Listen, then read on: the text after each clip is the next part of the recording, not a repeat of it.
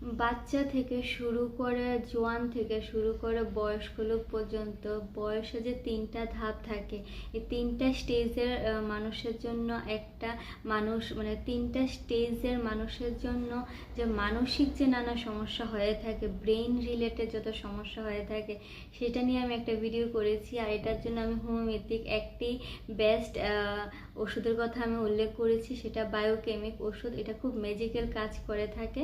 তো ভিডিওতে আমি ডিটেলসে আলোচনা করেছি, ভিডিও লিঙ্ক নিচে দেওয়া আছে, আপনারা দেখুন। অবশ্যই অনেকটা আপনাদের হেল্পফুল হবে, অনেকটি উপকার হয়ে থাকবেন। আর অবশ্যই আমার চ্যানেলটা সাবস্ক্রাইব করতে ভুলবেন না, ভিডিওটা লাইক করবেন, শেয়ার করবেন আপনার ফ্রেন্ডস এবং ফ্যামিলির কাছে, যারা যারা এই সমস্যা কষ্ট পাচ্ছে অবশ্যই ওদের উপকার হয়ে থাকবে।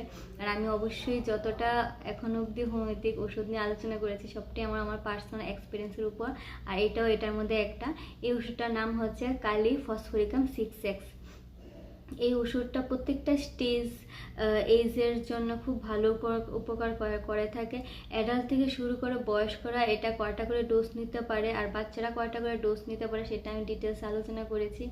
আর প্রত্যেকটা প্যারেন্টসের একটি স্বপ্ন থাকে ওদের ছেলে মেয়েরা যাতে ভালো রেজাল্ট করে, আর প্রথম 10 জনের মধ্যে যাতে একজন হয়ে থাকে, আর স্মৃতিশক্তি যাতে বৃদ্ধি পায়, তো সেটা নিয়ে আমি আলোচনা করেছি। আর মানসিক যে ব্রেনের যে ক্যাপাসিটি, এটা তো জোর করা হয় না, একজনের একরকম হয়ে থাকে। তো সেটাকে কি করে ইমপ্রুভ করা যেতে পারে, সেটাকে কি করে ভালো করা যেতে পারে, আরও যাতে মনে রাখতে পারে, ভালো রেজাল্ট করতে পারে, সব কিছু যাতে A to Z পরীক্ষায় লিখতে পারে, পরীক্ষার আগে যাতে নার্ভাসনেস কমতে পারে, এরপর সঙ্গে শরীরে রোগ প্রতিরোধ করার ক্ষমতা কি করে বাড়তে পারে, নানা সমস্যা নিয়ে আমি আলোচনা করেছি। অ্যাডাল্টের ক্ষেত্রে কী করে স্ট্রেস ডিপ্রেশন কমানো যেতে পারে, এরপর যাদের এই ওষুধটা বা যারা নার্ভাস সিস্টেম রোগে ভুগছে ওদের ক্ষেত্রে কীভাবে কতটা ভালো কাজ করে, কী কী সমস্যার সমাধান করতে পারে, ডিটেলসে আমি আলোচনা করেছি। আপনারা দেখুন, অনেকটা উপকারিত হবেন।